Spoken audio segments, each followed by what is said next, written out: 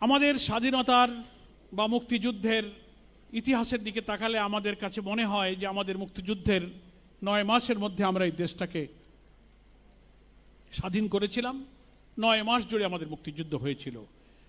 আসলে কি আমাদের এই স্বাধীনতার সংগ্রামের ইতিহাস কি এই 9 মাসেই সীমাবদ্ধ?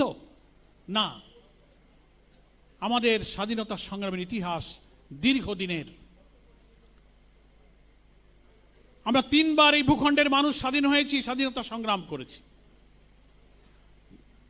2 শতাব্দী আগে 1757 সাল থেকে ব্রিটিশ উপনিবেশিক শাসনের বিরুদ্ধে এই ভূখণ্ডের মানুষই ধর্ম, বর্ণ, জাতি, গোষ্ঠী নির্বিশেষে কিন্তু ব্রিটিশ উপনিবেশের বিরুদ্ধে আন্দোলন সংগ্রাম গড়ে তুলে আমরা স্বাধীন হয়েছিলাম।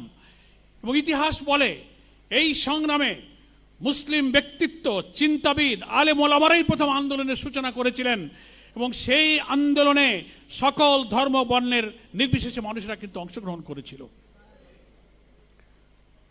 আমরা আবার স্বাধীন হয়েছি।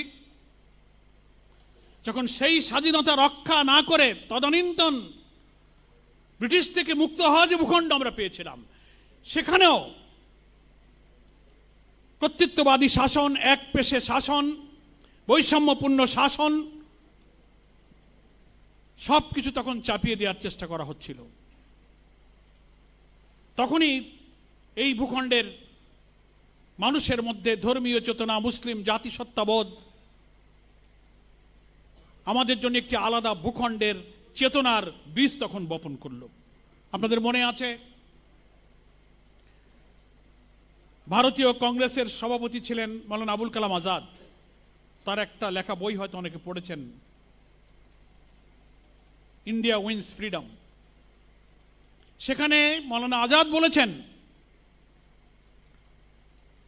যে কংগ্রেসের বৈষম্যপূর্ণ শাসনের কারণেই এই ভূখণ্ডের মধ্যে মুসলিম জাতিসত্তার চেতনার বীজ তখনই বপন করা হয়েছে, যার ভিত্তিতে 2 নেশন থিওরির ভিত্তিতে আমরা আবার সেখান থেকে আলাদা হয়ে আরেকটি ভূখণ্ড পেলাম। এই ভূখণ্ডেই আমরা ছিলাম। সেই 47-এ যে ভূখণ্ড আমরা পেয়েছি, এই মানচিত্রের মধ্যেই কিন্তু আবার 71-এর স্বাধীন সেই ভূখণ্ডেই কিন্তু আমরা ধরে রেখেছি। তবুও কেন আবার 47-এর পরে আর একটা স্বাধীনতার সংগ্রাম প্রয়োজন হলো? কারণ ওই ভূখণ্ডেও যারা শাসক ছিলেন, মানুষের অর্থনৈতিক মুক্তি, সামাজিক মুক্তি, তাদের অধিকার, স্বাধিকার, স্বাতন্ত্র্যবোধের বিরুদ্ধে বৈষম্য বঞ্চনা চাপিয়ে দেওয়ার কারণে এখানে আবার সেই ক্ষোভ বিক্ষোভ শুরু হয়েছিল।